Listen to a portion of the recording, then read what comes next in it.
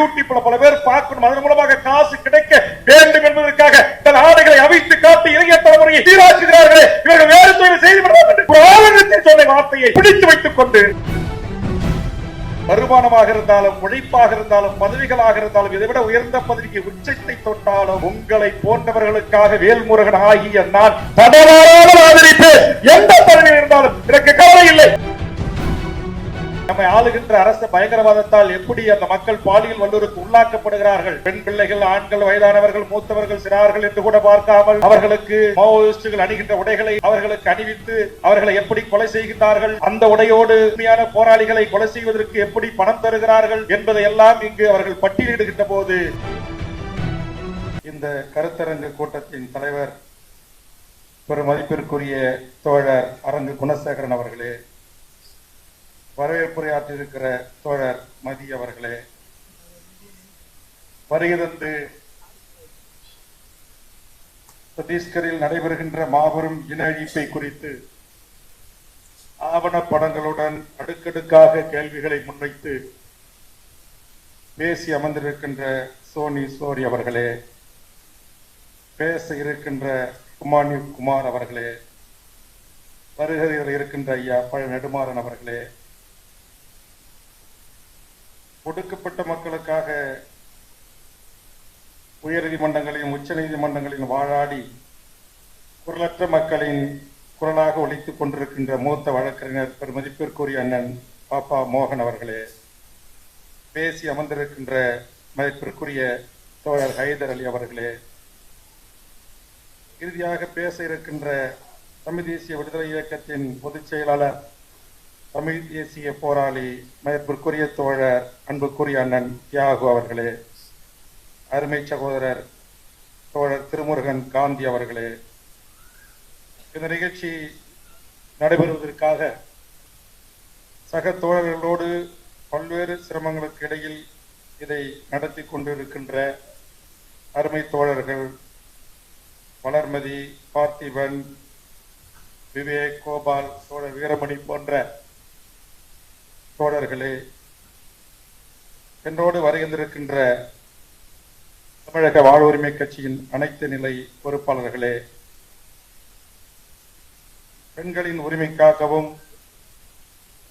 பல்வேறு சமூக நீதி தளத்திலும் பணி செய்து கொண்டிருக்கின்ற மதிப்பிற்குரிய பேராசிரியர் சரஸ்வதி அவர்களே, இந்த அரங்கு முழுவதுமாகவே இந்த நிகழ்வுக்கு வருகை தந்து இருக்கைகள் கூட இல்லாத அளவுக்கு கூடியிருக்கின்ற ஒரு ஒடுக்கப்படுகின்ற நசுக்கப்படுகின்ற சமூக மக்களின் வாழ்வுரிமைக்காக பல்வேறு தளங்களில் போராடியும் பல்வேறு வழக்குகளையும் துன்பங்களையும் துயரங்களையும் தாங்கி நின்று ஏதோ சத்தீஸ்கர் மாநிலத்தில் நடைபெறுகிறது, நமக்கென்று ஏன், நாம் ஏன் இதில் பங்கெடுத்துக் கொள்ள வேண்டும் என்ற உணர்வில்லாமல் எங்கு மனிதம் மீறப்பட்டாலும் எங்கு உரிமைகள் நசுக்கப்பட்டாலும் அதற்கு உங்களில் ஒருவனாக இருந்து குரல் கொடுப்போம் என்று உணர்வோடு நேற்று இந்நேரம் வரை காவல்துறை இதற்காக அனுமதி இல்லை. தோழர் வளர்மதி அவர்கள் மிக வருத்தத்தோடு என்ன தோழர் செய்வது என்று சொன்னார். நான் சொன்னேன், நான் பேச வேண்டிய அனைத்து உயரதிகாரிகளோடும் பேசியிருக்கிறேன். உங்களை போன்று நம்மை போன்ற அமைப்புகள் இது போன்ற நிகழ்வுகளை முன்னெடுக்கின்ற போது அவர்கள் முறையாக அனுமதி நமக்கு தர மாட்டார்கள். நிச்சயமாக கடைசி நேரத்தில் நடத்திக் கொள்ளுங்கள் என்கிற செய்தி உங்கள் காதுகளுக்கு வரும், நீங்கள் கவலைப்படாதீர்கள் என்று சொன்னேன். அதற்காக தொடர்ந்து இந்த நாட்டுடைய காவல்துறை உளவு பிரிவின் தலைவர், கீழ் பிரிவின் தலைவர், சென்னை மாநகரத்தினுடைய உளவு பிரிவு தலைவர், காவல் ஆணையர்களெல்லாம் பேசிவிட்ட பிறகும் கூட சரியான பதில் கிடைக்காத தருணத்தில் இந்த நாட்டுடைய முதலமைச்சருடைய அலுவலகத்தை தொடர்பு கொண்டு நான் செல்கிறேன். ஐயா பழ நெடுமாறன் வருகிறார், தியாகு வருகிறார், பேராசிரியர் சரஸ்வதி வருகிறார், இங்கே வழக்கறிஞர் மூத்த வழக்கறிஞர் பாப்பா மோகன் வருகிறார், அண்ணன் கொளத்தூர் மணி வருகிறார். நாங்கெல்லாம் பாசிசத்திற்கு எதிராக எத்தனையோ அடக்குமுறைகளையும் ஒடுக்குமுறைகளையும் சந்தித்து உங்களோடு நாங்கள் நிற்கிறோம். நாங்கள் கூடி ஒரு அரங்குக்குள் ஒரு கருத்தரங்கத்தில் கூட பேசுவதற்கு இந்த நாட்டில் உரிமை இல்லையா என்கிற கேள்வியை நேற்று முதலமைச்சரை நோக்கி நான் எழுப்பிய பிறகு வாய்மொழி உத்தரவு கிடைக்கப்பட்டிருக்கிறது. என் ஆதங்கத்தை புரிந்து கொண்டு மாண்புமிகு தமிழ்நாட்டுடைய உளவுத்துறையின் தலைவர் முதலமைச்சரோடு பேசி அதற்கு பிறகு என்னை ஒரு லைன்ல வைத்துக் கொண்டு இன்னொரு இங்க இருக்கிற ஜேசி ஐஎஸ் அவர்களிடம் அனுமதியுங்கள் என்று அனுமதித்திருக்கிறார்கள். நான் தோழர் வளர்மதியிடம் கோபமாக, தோழர் அரங்கை ரத்து செய்ய சொல்லுகிறார்கள், என்ஓசி தர மறுக்கிறார்கள், இன்ஸ்பெக்டர் நடத்தக்கூடாது என்று எல்லாம் சொல்லுகிறார் என்று சொன்னார். நான் சொன்னேன், நாம் கூடுவது பொறுக்கிகள் அல்ல, போராளிகள். நாம் கூடுவோம். நான் வருகிறேன், கைது செய்யட்டும், அதுவே செய்தியாக மாறட்டும் என்று சொன்னேன். ஆனால் இங்கு அப்படி எதுவும் நடைபெறவில்லை. அதற்காக ஒரு ஜனநாயக மாண்போடு நடந்து கொண்டு கடைசி நேரத்தில் வாய்மொழி உத்தரவா ரீதியாவதும் பாதிக்கப்பட்ட மக்களுக்காக தமிழகம் துணை நிற்கிறது என்கிற உணர்வை சத்தீஸ்கர் மாநிலத்தில் போராடுகின்ற எமது மலைவாழ்வு மக்களுக்கு ஒரு மாரல் சப்போர்ட்டை தமிழகம் தந்திருக்கிறது என்கிற உணர்வை தெரிந்து கொள்வதற்கு இந்த வாய்ப்பை வழங்கிய அனைத்து நல்ல உள்ளங்களுக்கும் நன்றி கூறுகிறேன். நான் ஒரு மிகப்பெரிய இந்த செய்திகள், காட்சிகள் இதையெல்லாம் பார்க்கின்ற போது, தோழர்கள் என்னை சந்தித்து துண்டறிக்கைகளை கொடுக்கின்ற போதெல்லாம் நான் ஒரு உணர்ச்சி வயப்பட்டவனாக, ஒரு கோபத்தின் உச்சிக்கு செல்வனாகவே நான் இருப்பேன். காரணம், நானும் இளம் வயதில் இருந்து போராளிகளோடு தன் வாழ்வை முழுவதுமாக அர்ப்பணித்த தமிழ் தேசிய போராளிகளோடு இங்கே மேடையின் முன் அமர்ந்திருக்கின்ற தமிழ்நேயன் வழக்கறிஞர் ஜெயபிரகாஷ் நாராயணன், போராளிகளுக்காக தன் வாழ்வை அர்ப்பணித்த தோழர் வழக்கறிஞர் சங்கரசுப்பு, அவருக்கு உதவியாக பாவேந்தன் போன்றவர்களோடு ஒரு 10-12 வயதில் இருந்தே சங்கரசுப்பை நான் அறிவேன். ஆக இந்த பல்வேறு தளத்தில் இது போன்ற சமூக மாற்றத்திற்காக, மனித உரிமைக்காக பாதிக்கப்படுகின்ற மக்களின் பிரச்சனைகளுக்காக களம் காணுகிற இந்த கூட்டம் சமீப காலமாக மிகவும் குறைந்து வருகிறது. அதற்கு என்ன காரணம், அதற்கு அடி நாதம் என்ன, அடி வேறு என்ன என்பதை குறித்து கடந்த ஓராண்டு காலமாக தமிழ்நாட்டின் பல முனைகளில் என்னுடைய மேடைகளிலே பல்வேறு விதமான கருத்துக்களை நான் முன்வைத்து மிக வேகமாக, ஆழமாக, கோபமாக, ஏன் ஒரு கட்டத்தில் ஆற்றாமையின் வெளிப்பாடாக கூட நான் வெடித்து பல வார்த்தைகளை நான் பேசியிருக்கிறேன். ஆனால் இன்றைக்கு இந்த மேடையிலே நமக்கு முன்னால் பேசிய சோனி அவர்களும், அருமை சகோதரி வளர்மதி அவர்களும் அங்கு எப்படி மக்கள் பாதிக்கப்படுகிறார்கள், துன்பப்படுகிறார்கள், துயரப்படுகிறார்கள், நம்மை ஆளுகின்ற அரசு பயங்கரவாதத்தால் எப்படி அந்த மக்கள் பாலியல் வல்லுறவுக்கு உள்ளாக்கப்படுகிறார்கள், பெண் பிள்ளைகள், ஆண்கள், வயதானவர்கள், மூத்தவர்கள், சிறார்கள் என்று கூட பார்க்காமல் அவர்களுக்கு மாவோயிஸ்டுகள் அணிகின்ற உடைகளை அவர்களுக்கு அணிவித்து அவர்களை எப்படி கொலை செய்கின்றார்கள், அந்த உடையோடு உண்மையான போராளிகளை கொலை செய்வதற்கு எப்படி பணம் தருகிறார்கள் என்பதையெல்லாம் இங்கு அவர்கள் பட்டியலிடுகின்ற போது நாம் ஏதும் செய்ய முடியாத ஒரு உள்ளரங்கு மேடையிலே நின்று கூட துணிந்து நம்முடைய ஆதரவான கருத்துக்களை பேச முடியாத சூழலில் தான் இந்த தமிழ் சமூகம் இருக்கிறது. இது எவ்வளவு ஒரு வெட்கக்கேடானது, வேதனையானது. இந்த நிகழ்ச்சியை ஒருங்கிணைத்து விட்டு தோழர் வளர்மதி அவர்களும் சக தோழர்களும் பேருந்துகளிலே ஏறி துண்டு அறிக்கைகளை விநியோகம் செய்து அங்கு நடந்த இந்த மாபெரும் இனப்படுகொலை குறித்து பேசுகின்ற போது, நான் அந்த வீடியோவை திரும்ப திரும்ப பார்க்கின்ற போது, எந்த பெண்கள் பாதிக்கப்பட்டிருக்கிறார்கள், துன்பப்பட்டிருக்கிறார்கள், துயரப்படுத்திருக்கிறார்கள், அநியாயமாக, அக்கிரமாக கற்பழிப்புக்கு, கூட்டு பாலியல் வன்முறைக்கு உள்ளாக்கப்பட்டு கொலை செய்யப்பட்டிருக்கிறார்கள் என்கிற செய்திகளை எல்லாம் ஒரு பெண்ணாக இருந்து அவர் எடுத்து வைக்கின்ற போது சரணமற்று இருக்கிற ஆண்களையும் பெண்களையும் பேருந்துகளிலே நான் பார்க்கிறேன். தமிழ் சமூகம் எங்கே சென்று கொண்டிருக்கிறது? இவ்வளவு ஒரு மோசமான இழிவுப்பிரர்களாக 1.5 லட்சம் ஈழத்தில் மக்களை கொன்று குவித்தான். அதை குறித்து வேதனையான ஒரு வரியை கூட ஒரு பொதுக்கூட்டத்தில் நான் சொல்லி, ஒரு தொலைக்காட்சியில் வருகிற நிகழ்ச்சியை குறித்து பேசிவிட்டு நான் சொன்னேன், படுகொலை செய்து கொண்ட போது நாம் இங்கு வேறொரு கலை நிகழ்ச்சியை தொலைக்காட்சியிலே பார்த்துக் கொண்டிருந்தேமே, சரணமற்று இருந்தேமே என்று சொல்லிவிட்டு நான் எழுப்பிய கேள்வியை சொல்லிவிட்டு ஒரு கருத்தை சொன்னேன். அதற்கு இன்றைக்கு புரிதல் இல்லாதவர்கள். 1.25 மணி நேரம் ஒரு உரை பேசுகிறேன். ஏதோ விரல் விட்டு எண்ணக்கூடிய இங்கு பெண் போராளிகள் நூற்றுக்கணக்கில் அமர்ந்திருக்கிறார்கள். எத்தகைய இடர்பாடுகளையும் எதிர்கொண்ட பெண் போராளிகள் ஆளுமைகள் மேடையில் இருக்கிறார்கள்.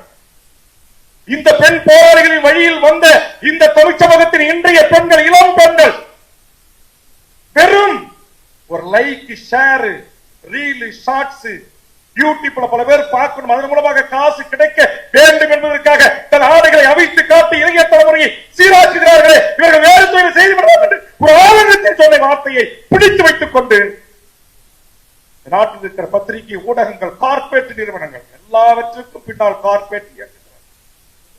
இந்த மண்ணுக்காக, இந்த இனத்திற்காக, சமத்துவத்துக்காக, சமநீதிக்காக, சாதிய ஆதிக்கத்திற்காக, தீண்டாமை ஒழிப்பிற்காக எண்ணற்ற போராளிகள் இந்த மண்ணில் மாண்டிருக்கிறார்கள், மடிந்திருக்கிறார்கள்.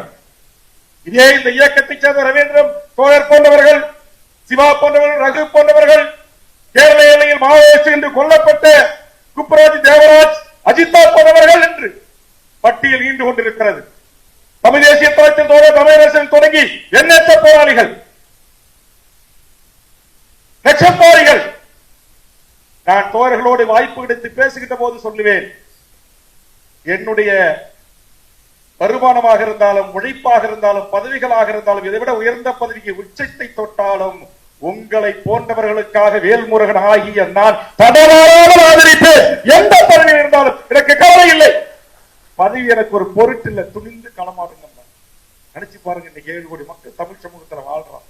இந்த 7 கோடி தமிழ் சமூகத்தில் இங்க வந்து உட்கார்ந்திருக்கிற சில 100 பெண்களை தவிர்த்து இந்த மண்ணையும், மக்களையும், மொழியும், இனத்தையும், கனிம வளங்களையும், காடு வளங்களையும், இயற்கை வளங்களையும், கடல் வளங்களையும் பாதுகாப்பதற்காக முழக்கமிடுகின்ற என் வீர தாய்மார்கள் இந்த மண்ணில் எத்தனை பேர் இருக்கிறாங்க? எத்தனை பேர் சிறைக்கு போக தயாரா இருக்காங்க? ஒரு பெண் பிள்ளை, இளம் வயது பெண் பிள்ளை வளர்வது எத்தனை முறை காவல்துறையின் அடக்குமுறைக்கு உள்ளாகிறாங்க?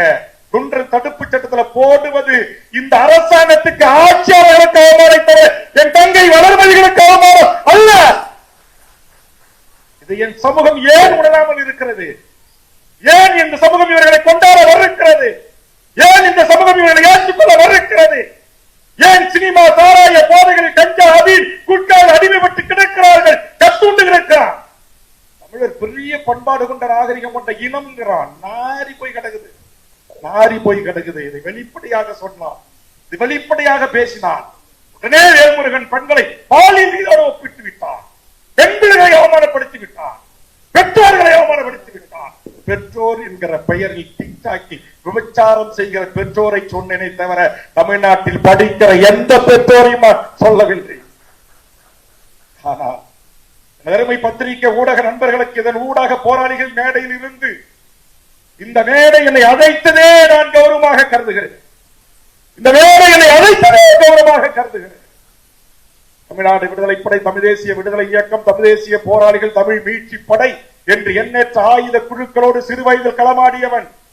உலகம் சிவக்கும் நாள் வருது, உலர்த்தி வையடா விடுபடுறது என்று முசலந்தோப்பில் இருக்கிற ஆயிரக்கணக்கான நிலங்களை கார்பரேட் பெரும் நிறுவனங்களிடமிருந்து மீட்டு என் ஏழை எளிய மக்களுக்கு தர வேண்டும் என்று செந்தூரை, முந்திரிக்காடு பகுதிகளும், ஆண்டிமரம் பகுதிகளிலும் கலந்து நின்றவராக இன்றைய தமிழ் சமூகத்தின் அவலத்தை குறித்து நாங்கள் பேசத் தொடங்கினால் மடைமாற்றம் செய்யப்படுகிறது.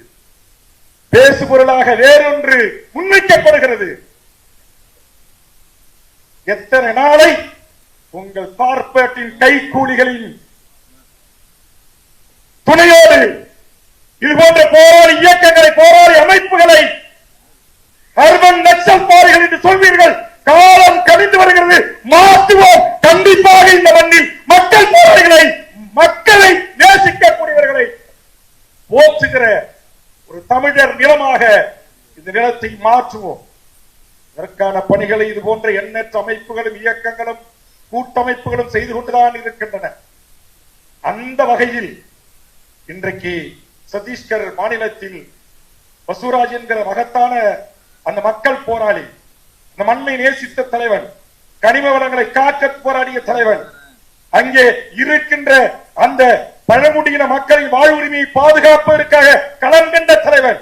நான் கேட்கிறேன், இங்கே அமர்ந்திருக்கின்ற ஒரு பள்ளியின் மாறனாக இருக்கிற இந்த சகோதரிலிருந்து கொலை செய்யப்பட்டு பழங்காட்டப்பட்ட சகோதரிகள் வரை, ஏன் அவர்களுக்கு இந்த உலகத்தில் இருக்கிற கார்பரேட் உலகத்தில், இந்த நவீன உலகத்தில் ஏன் அவர்களுக்கு சுகபோகம், கணவன் மனைவி, ஆசம் உல்லாசம், எல்லா விதமான ஆசா பாசங்களுடன் இன்பமாக வாழ தெரியாதா?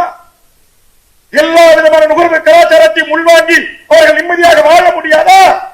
ஆனால் அவர்கள் அதற்கெல்லாம் ஆசைப்படாமல் அடுத்தடுத்த தலைமுறையை குறித்து சிந்தித்தவர்கள் நக்சல்பாரிகள், தீவிரவாதிகள், அர்பன் நக்சலைட்டுகள் என்று சொன்னார். நான் கேட்கிறேன், நரேந்திர மோடிகளே, அமித்ஷாக்களே, உங்களை பார்த்து நாங்கள் என்ன சொல்வது? எங்கள் மக்களின் குருதி ரத்தத்தில் உட்கார்ந்து கொண்டு ஆட்சி பீடத்தில் அமர்ந்து கொண்டு ஆட்சி செய்கிற நீங்கள் யார்? இந்திய முழுக்க இருக்கிற பெரும் பணக்காரன். இங்க கூட சொன்னார், கார்பரேட் நிறுவனம், கார்பரேட் நிறுவனத்திற்காக எமது மக்களை கொன்று குவிக்கிறது இந்திய அரசு. இங்க இந்திய அரசு என்பது கார்பரேட் அரசு. அந்த கார்பரேட் பெரும் முதலாளிகளுக்காகத்தான் சத்தீஸ்கரில் இந்த மாபெரும் இனப்படுகொலை 27 பேரை கொண்டார். பெற்று வளர்த்து ஆளாக்கிய உறவுகளின் கைகளில் கூட அந்த உடலை தரவில்லை, உடலை ஒப்படைக்கவில்லை. உணவு காட்டு மிராண்டித்தனமான அநியாய அடக்குமுறைகளை தொடர்ச்சி வடகிழக்கு மாநிலங்களில் மணிப்பூர்ல சொன்னாங்க. அப்பாவி இளம் பெண்களை அம்மனமாக்கி வீதிகளிலே கொண்டு வருகிறான். என்னடா உங்க சுதந்திர தேசிய கொடி பட்டுளி வீசி கோட்டை கொத்தளத்துல பறக்குது, இன்னும் நீங்க 1000 அடுக்கு பாதுகாப்புல இருந்து தேசிய கொடி ஏத்துறீங்க. அந்த தேசிய கொடியின் ஒரு பகுதி அந்த குடும்பத்திற்கு தந்திருந்தால் அந்த மானத்தை காப்பாற்றி இருப்பார்களா அல்லவா? சொல்லுங்க. இதெல்லாம் உடைச்சி வெளிப்படையா பேசினா நாங்க தீவிரவாதிகள், நக்சல்வாதிகள், அர்பன் நக்சல்வாதிகள் பேர் வைக்கிறான் எங்களுக்கு. ஜல்லிக்கட்டுக்கு போறாருன்னா பேரு, ஹைட்ரோ கார்பனுக்கு போராடுனா பேரு, என்எல்சியை மீட்க போராடுனா பேரு, ஓஎன்சி எதிர்த்தா போர், அம்பானி அதானி துறைமுகத்திற்காக கடல் வளத்தை அநியாயமாக கொள்ளையடிப்பதை கண்டித்தால் நக்சல்வாதிகள். ஒரு துண்டறிக்கை கொடுக்க முடியாது, ஒரு சூரொட்டி அச்சுறுட்டி ஒட்ட முடியாது, ஒரு சின்ன அரங்கு கூட்டம் பேச முடியாது, ஒரு ஒலிபெருக்கி வைத்து ஒரு பிரச்சாரம் செய்ய முடியாது. போர்க்குணம் கொண்ட எண்ணற்ற இயக்கங்கள் மக்கள் அதிகாரம் நன்றி உரை போட்டிருக்க அதையும் இன்னைக்கு 3 வருஷம் மக்களுக்காக எந்த இயக்கமும் உருப்படி அந்த நாட்டில் இயங்க முடியல. கார்பரேட்டுகள், கைக்கூலிகள் திட்டமிட்டு செய்யறான், திட்டமிட்டு ஆதிக்க அரசுகள். இன்னைக்கு நீதிபதிகளே நீதி பரிபாலன முறை பண்றானா? எங்க வழக்கறிஞர் பாப்பாவை பார்த்து கேட்கிறேன், பணக்கார கார்பரேட்டுகளா உயர்நீதிமன்றம், உச்ச நீதிமன்றம் நள்ளிரவு 2 மணிக்கு 3 மணிக்கு கூடுது. என் பாமர பெண்ணை ஒருவரை நான் காவல் நிலையத்து வைத்து கற்பழித்து விட்டார் என்றால் இந்த வழக்கை நாங்கள் தொடுக்கின்ற போது பல மாதங்கள் ஆகிறது. இன்னமும் என் தொகுதியில் ஒரு முந்திரி வியாபாரியை கொண்டு போய் அடித்து கொலை செய்தார்கள். இன்னமும் சட்டமன்றத்தில் 5 ஆண்டுகளாக போராடி வருகிறேன். இன்னமும் நீதி கேட்கிறேன், நீதி கிடைக்கல. ஆனா மற்றவர்களுக்கு என்ன நீதி உடனே கிடைக்குது, அது அவ்வாளுக்குன்னா நீதி உடனடியாக கிடைச்சிடுது. நாங்க பெரியார் பாணிகள், சூத்திரர்கள், பஞ்சமர்கள், நாங்கள் ஏதிரிகள், தேர்ந்தவர்கள், நாங்கள் மனிதர்கள் தானே. எங்களுக்கு ரத்தம், சத, உணர்வு, உணர்ச்சி எல்லாம் இருக்கின்ற நாங்க செத்தா கேள்வி இல்லை. சொன்னாங்க பாருங்க, செத்து போய் புழு பூத்து நெலிஞ்சி கிடக்குது உடல்கள் என்று சொல்லுகிறார்கள். நான் கேட்கிறேன், இப்படி கொலை செய்வதுதான் இந்திய அரசா? இதுதான் உலகத்தின் வல்லாதிக்க நாடுகளுக்கு போட்டி போட்டு முன்னேறுகிற லட்சணமா? சொந்த நாட்டு மக்களை, சொந்த நாட்டு ராணுவத்தை அனுப்பி, ராணுவ துணைப்படையை அனுப்பி கொத்து கொத்தாய் இனப்படுகொலை செய்வதுதான் இந்திய வல்லரசா? 56 இன்ச்சு மாறு கொண்ட நரேந்திர மோடியின் திறமை இதில்தான் கிடக்கிறதா? இதில்தான் உங்களுடைய வல்லாதிக்கு இந்தியாவின் பெரும் படை இருக்கிறது என்பதை நிரூபிக்கிறீங்களா? சீனாக்காரன் வந்தானே, நேருக்கு நேரம் உங்களை செருப்பு கொண்டு அடிச்சானே, எங்க போச்சு உங்க வீரம்? எங்க போச்சு உங்க நவீன இயந்திரங்கள்? அப்பாவி பாகிஸ்தான்காரன்னா பக்கத்துல பாடல. இங்க குரங்கணில தீ விபத்து ஏற்பட்டுச்சுன்னா அதை அணைக்கிறதுக்கு நம்ம தமிழ்நாடு அரசு, நம்ம முதலமைச்சர் கடிதம் எழுதி ஹெலிகாப்டர் அனுப்புங்கன்னா நம்ம நிர்மலா சீதாராமன் சொல்றாங்க, எங்க ஹெலிகாப்டர்களுக்கு மாலை 6 மணிக்கு மேல் கண் தெரியாது, விளக்கு தெரியாது, அதெல்லாம் நாங்க மீட்க முடியாது சொன்னாங்களா இல்லையா? வர்தே புயல், ஒக்கே புயல் வந்தபோது என் ராமேஸ்வரம், கன்னியாகுமரி மீனவர்களை காப்பாற்றுங்கள் என்று தமிழ்நாடு கதறிய போது அப்ப சொன்னாங்க, எங்கள் கப்பல் படை 6 மணிக்கு மேல எங்க கப்பல் படை ஹெலிகாப்டர்கள் கடல்ல போய் எங்க அவங்க தவிக்கிறாங்க, எங்க மிதக்கிறாங்கன்னு தெரியாது, எங்க ஹெலிகாப்டருக்கு கண்ணு தெரியாதுன்னு சொன்னீங்கல்ல. அப்புறம் எப்படிடா பாகிஸ்தானுக்கு பக்கத்துல இருக்கிற அப்பாவி இஸ்லாமியர்களை குறிப்பாத்து குண்டு போட மட்டும் உங்க ராணுவ ஹெலிகாப்டருக்கு கண்ணு தெரிஞ்சது? இதை கேட்டா வேல்முருகன் அரசியல் சாசன சட்டத்தின் பிரகாரம் உறுதிமொழி எடுத்துக்கொண்டு இந்த மாதிரி இந்த கூட்டத்தில் இப்படி பேசிவிட்டார், இவன் எல்லாம் 1 மணி நேரம் குறிப்பிடாக இருப்பதற்கே தகுதி இல்லாதவன் எல்லாம் எழுதுவான். அதுக்கு நம்ம தமிழ்நாட்டில் இருக்கிற பல பத்திரிகை ஊடகங்கள் தற்கூறிக்கிட்டையும் போக்கிரிக்கிட்டையும் பொறுக்கி பழங்கிட்டையும் போய் மயக்கி நீட்டுவான் வேல்முருகனை பத்தி பேசுங்கன்னு. இது எங்க வந்திருக்கிறாங்க ஒரு 400 பேர் கூட்டம், மேடையில் இருக்கிற கூட்டம். இந்த போராளிகள் கிட்ட ஒரு போராளியை குறித்தோ அல்லது பொது உடைமைவாதியை குறித்தோ அதே பொது உடைமையும் போராளி கூட்டங்கள் கிட்ட போய் கேட்கணும். மான் கூட்டத்துக்கு மான் தான் வழிகாட்டணும், கரடியோ சிங்கமோ புலியோ வழிகாட்ட கூடாது. நீங்க யாருக்கிட்ட போய் கேக்குறீங்க வேல்முருகனை பத்தி? உட்காந்து தியாகிட்ட கேளுங்க, எங்க அண்ணன் அரவி குணசேகரன் கிட்ட கேளுங்க, இங்க இருக்கிற தமிழ்நாயன் கிட்ட கேளுங்க, எங்க வழக்கறிஞர் பாவேந்தனை கேளுங்க, 35 வருஷமா வழக்கறிஞர் தொழில் பண்றாரு, வழக்கறிஞர் பாப்பா மகனை கேளுங்க. எதற்காக இதையெல்லாம் சொல்கிறேன் என்று சொன்னால், நான் மிகப்பெரிய ஒரு உணர்ச்சி வயப்பட்டவனாக இந்த தமிழர் நிலம் தமிழர் நாட்டில் இவ்வளவு பெரிய மோசமான சீரழிவுகள், கலாச்சார சீரழிவுகள், பண்பாட்டு உடனே கேட்கிறான் இவர் பண்பாட்டு பாதுகாவலரா கலாச்சார காவலரா? நான் பண்பாட்டு காவலர் கலாச்சார காவலர். நான் ஒரு சக மனிதனாக என் சக மனித இனம் இங்கு சீரழிக்கப்படுகின்ற போது, சின்ன பின்னப்படுத்துகின்ற போது, ஆதிக்க அரச பயங்கரவாத காவல் நிலைய மரணங்கள் நடக்கின்ற போது, காவல் கற்பழிப்பு நடக்கின்ற போது அதை சக மனிதனாக இருந்து கேட்பதற்கு நான் ஒன்றும் கலாச்சார காவலனாக இருக்க வேண்டிய அவசியம் இல்லை.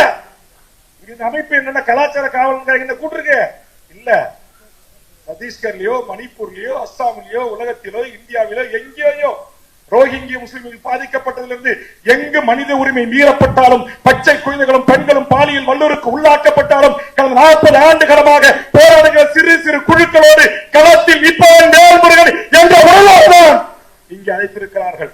அந்த உணர்வோடு நான் சொல்லுகிறேன், போராடுகிற இயக்கங்களாகிய என் தோழர்களே, நீங்கள் போராடுங்கள். ஒரு அரசாங்கமே அந்த மக்களை படுகொலை செய்கின்ற போது அது படுகொலை, அது இனப்படுகொலை, அங்கு மனித உரிமை மீறப்படுகிறது, அது தடுத்து நிறுத்தப்பட வேண்டும். எதிரி நாட்டோடு நீங்கள் எல்லையில் பேச்சுவார்த்தை நடத்துவதற்கு தயாராக இருக்கிறீர்கள், கை கொடுக்கிறீர்கள். சொந்த நாட்டு படுகொலை மக்களோடு பேச்சுவார்த்தை நடத்துவதற்கு ஏன் தயாராக என்று கேள்வி வைத்து வாய்ப்புக்கு நன்றி கூறி விடைபெறுகிறேன். நன்றி, வணக்கம்.